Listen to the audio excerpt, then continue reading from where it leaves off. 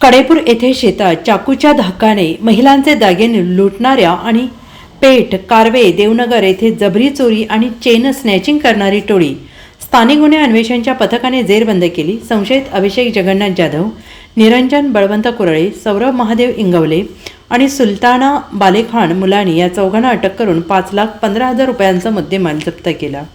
लवंगमळा कडेपूर येथे शेतात काम करणाऱ्या 2 महिलांना चाकूचा धाक दाखवून त्यांच्या अंगावरील सोन्याचे दागिने भर दिवसा काढून नेल्याचा प्रकार 13 डिसेंबर 2024 रोजी घडला होता आणि त्यामुळे पोलीस अधीक्षक संदीप घुगे यांनी स्थानिक गुन्हे अन्वेषणचे निरीक्षक सतीश शिंदे यांना याचा छडा लावण्याचे आदेश दिले होते।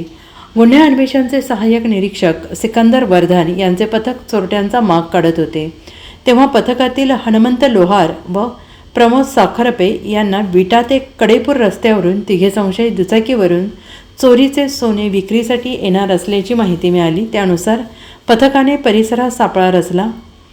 तिघे संशयित आल्यानंतर त्यांना थांबवून ताब्यात घेतले। त्यांची झडती घेतल्यानंतर अभिषेकच्या खिशात सोन्याचे दागिने मिळाले।